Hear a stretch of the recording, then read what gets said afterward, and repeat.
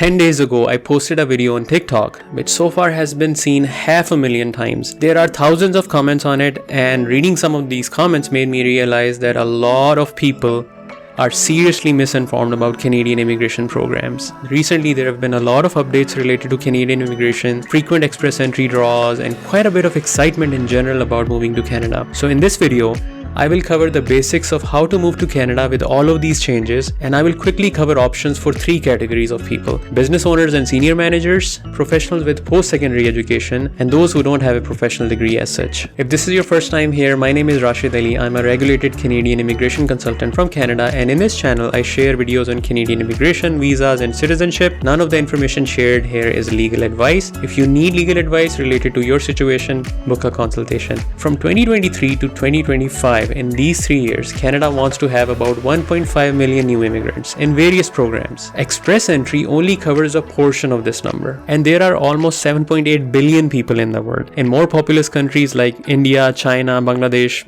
Pakistan, Nigeria, Philippines, a lot of people want to move to Canada. So there is a limited demand of 1.5 million immigrants in 3 years, but a huge supply of hundreds of millions of people who want to move. So this means that a lot of people will have to face the tough reality that they won't be able to immigrate to Canada. And this is important, especially if you don't want to lose a lot of time, energy, and money in the process. This is not easy, and this is not for everyone. Having said that, I think those who have the right skills and have a very high level of motivation and a strong will can be successful. When express entry scores were lower back in 2016-2017, I knew people who just missed out on express entry as their IELTS score was not good enough. At the same time, I know people who took coaching for IELTS and sometimes even wrote the exam 8 or 9 times till they achieved CLB 9 and were then successful in immigration. These people had a very high level of motivation and didn't take any shortcuts. Similarly, there were people who took coaching, researched on Google, watched helpful content from professionals, and updated their resumes. They reached out to the right employers or HR professionals, applied for the right jobs, and eventually got a job offer without paying any fee for it and moved to Canada. So skills as well as a high level of motivation are important. But still, the bitter reality is that some people won't be successful. So it is important to manage your expectations. With that out of the way, let's focus on 3 categories of professionals. If you are a business owner or a senior manager that is part of the top leadership of a company, there may be a range of Canadian immigration options for you. If you are in your early 30s and have a master's degree with excellent English or French skills, you may already have a fair chance of success through express entry. But you should definitely consider immigrating through business programs like PNP entrepreneur programs, startup visa, intra-company transfer, etc. There are dozens of programs for business owners and top managers. The way it works is typically you need a net worth of at least 300,000 Canadian dollars and an investment of at least $100,000 to $200,000. But the higher the net worth and higher the investment, the better. You should also have at least 2 to 3 years of business ownership or senior management experience in the last 5 years. If you have decent English or French skills, that is important, and so is education. But for a few programs, there is no education requirement. So if you're a successful business owner, but you just don't have high school education, there might be some programs for you like OINP Entrepreneur Stream. I will link 3 videos on OINP above and in the description. Furthermore, if you have clarity on what kind of a business you want to do in Canada and how you'll make it successful by writing a strong business plan,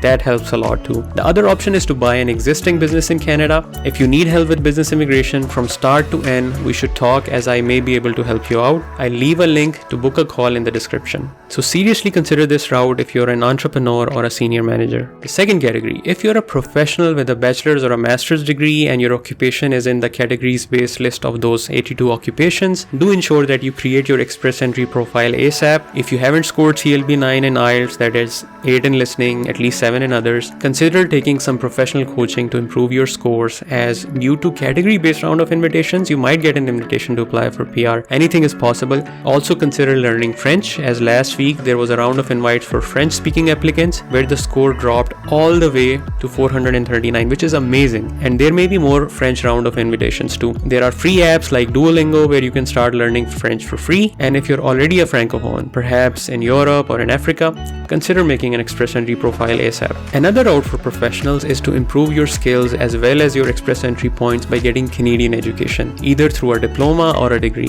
Doing so also gives you the opportunity to gain Canadian work experience to an open work permit, and then you can apply for express entry through Canadian Experience Class program, where the score is generally lower than FSW. A lot of Indian and Chinese citizens have pursued this option in the recent years. If you're a bit older and have a larger gap between your education, don't lose hope. People with education gaps and mature applicants get study permits approved too. It's not just for young people, and I can help you with securing admission as well as your study permit for Canada. The third category that I wanted to talk about was if you don't have a professional degree or a bachelor's degree or a skilled trades diploma, but you're someone who maybe has high school education, which means grade 12, your chances of immigration to Canada will mainly rely on you getting a job offer from a Canadian employer legally. I say legally because there is a lot of fraud in this area.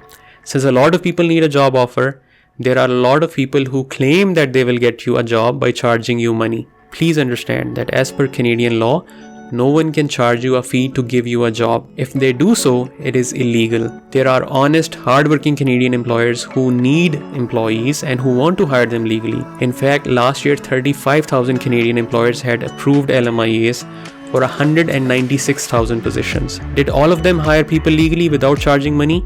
Probably not. But you can bet that there was a good portion who did so legally. So there are opportunities for jobs. And these jobs are mainly for two kinds of people. One, for those who have some in-demand skills for which there is a shortage in Canada. A very simple example for this is meat cutters. There were hundreds of meat cutters that were hired in Canada through LMIA last year, mainly through two big employers. The second category of jobs are those that are available in the rural areas of Canada, where it is hard to find someone even for basic jobs like jobs in food service, cashiers, etc. So for these kind of jobs, do some research on Atlantic Immigration Program, Alberta Rural Renewal Stream, Rural and Northern Immigration Pilot Program. Update your resume as per the Canadian format.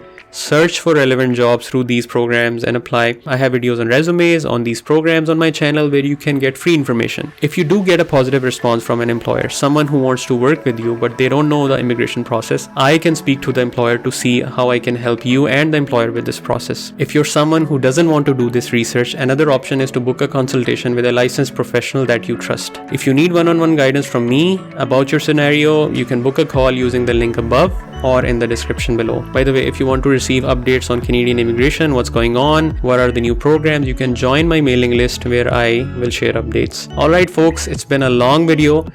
Talk to you next week inshallah. Take care.